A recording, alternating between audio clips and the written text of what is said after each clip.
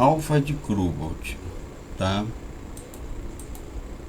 O alfa de Cobalt é um coeficiente de correlação quadrada que mede a homogeneidade das perguntas por meio da média. Todas as correlações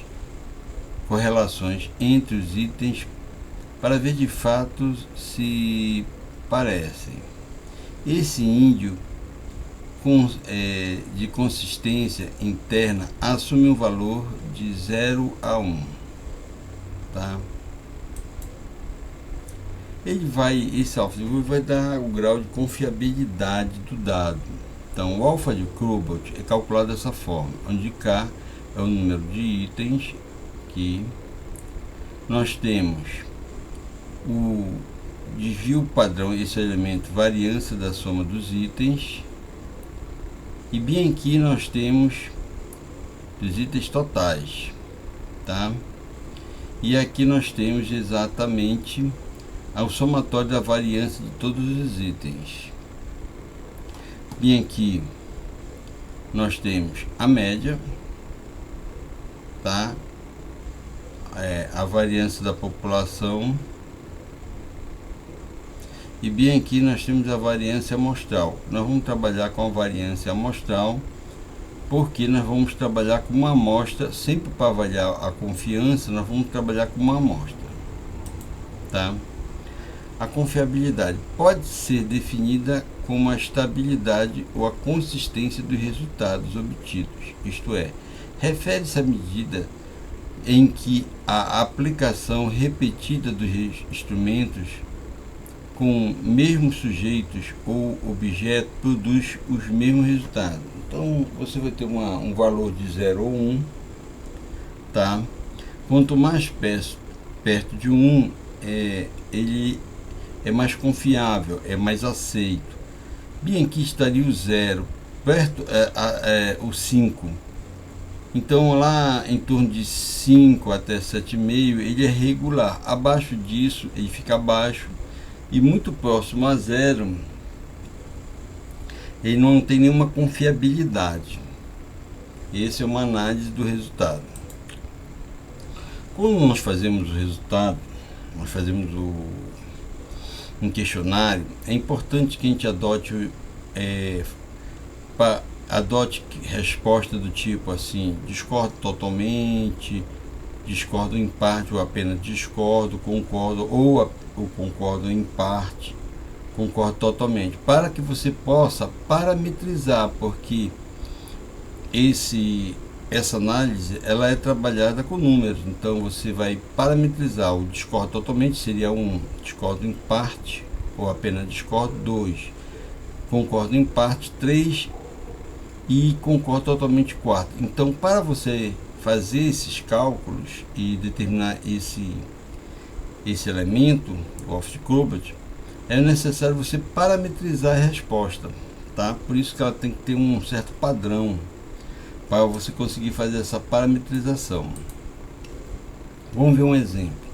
Verifique a confiabilidade de 96 alunos de um curso da área biológica de uma universidade pública do Pará, que corresponde ao questionário de 45 perguntas, sendo 15 perguntas relativas ao ensino, 15 perguntas relacionadas à aprendizagem e 15 perguntas voltadas à avaliação. O referido questionário foi utilizado em um projeto de investigação intitulado Avaliação e Ensino e Aprendizagem no Superior de Portugal e Brasil. Tá. Então vamos só fazer uma amostra aqui. O ensino. Para pedirmos que você reflita sobre o ensino, recorra, isso seria uma pequena parte do questionário, só o início, só para você ter uma ideia. Recorra à escala apresentada, manifeste, por favor, sua posição com base no que considera que aconteceu mais frequentemente no curso em que estuda. Lembrando, 1, concordo totalmente, 2, discordo, 3, concordo, 4, concordo totalmente. E aí vem a primeira pergunta de ensino. No início de cada semestre, ano ou bloco, a maioria dos professores apresenta aos estudantes os programas de cada disciplina. Aí vai ter 4 respostas que ele pode dizer discordo, totalmente, discordo, concordo, concordo totalmente, dependendo da opinião dele em relação ao número de professores. Uma outra pergunta aqui, isso aqui serão as respostas. Em geral, o programa das disciplinas são claros e compreensíveis para a maioria dos estudantes, né? E o aluno responde, tem 4 possibilidades para responder. A mesma coisa no sistema de aprendizagem. Pedimos que você reflita sobre a aprendizagem, né? Ele fala sobre a escala e aí começa a botar a pergunta. A maioria dos estudantes aprende os conteúdos constantes no programa porque tem que estudar para as provas do exame. Aí ele tem as 4 possibilidades. Estudar para a prova ou exame finais é, em geral, suficiente para que os estudantes aprendam o previsto no programa. Aí ele vai refletir sobre por que ele estuda e vai responder. E terceira parte do questionário, ele trata sobre a avaliação. Um exemplo de um questionário que investiga o processo todo, sobre o processo de aprendizagem. Pedimos para que você reflita sobre a avaliação, tá? E represente, manifeste, aí vem tudo aquele cabeçalho, onde ele coloca, lembrando a escala de valores, em que a palavra corresponde ao número, que ele vai parametrizar mais na frente. Primeira pergunta de avaliação. Na maioria das disciplinas, a avaliação desenvolve-se de maneira contínua ao longo do ano, de semestre ou bloco. Vai ver se é contínuo ou pontual, né? E põe uma escala, ele vai dar uma opinião geral sobre aquelas informações. E os professores, segunda pergunta de avaliação, os professores ao longo do ano, semestre, bloco, debatem com os alunos frequentemente a organização e desenvolvimento dos processos de avaliação.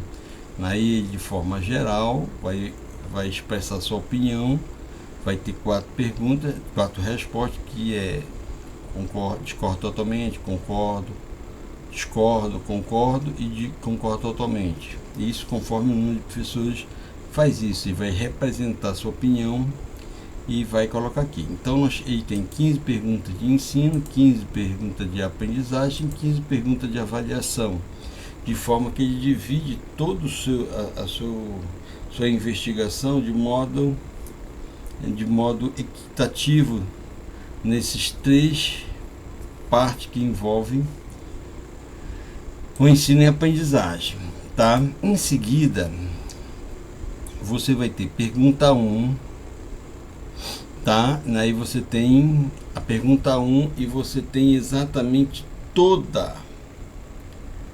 todos os alunos respondendo a pergunta 1. E você vai calcular a variância de todas as respostas da pergunta 1. Pergunta 2 de ensino. Você vai pegar todas as respostas de todos os alunos e calcular a variância. A mesma coisa, para cada pergunta de aprendizagem 1, você vai pegar todas as respostas e vai calcular a variância. Depois você vai pegar a primeira pergunta de avaliação, pegar todos os valores da resposta de avaliação 1 e tirar a variância. Por último, você vai somar, um exemplo, todas as respostas do aluno 1, todas as respostas do aluno 2, todas as respostas do aluno 3, todas as respostas do aluno 4, e vai gerar uma única coluna com toda a soma de todas as respostas, e vai tirar a variância, que é a variância do total.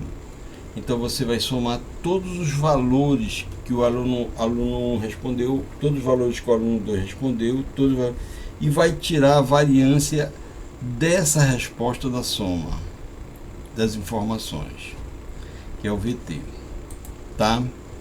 Então esse VT, que é a variância da soma dos itens, está aqui, olha. Um exemplo, para aqui nosso caso, a variância deu 196,55.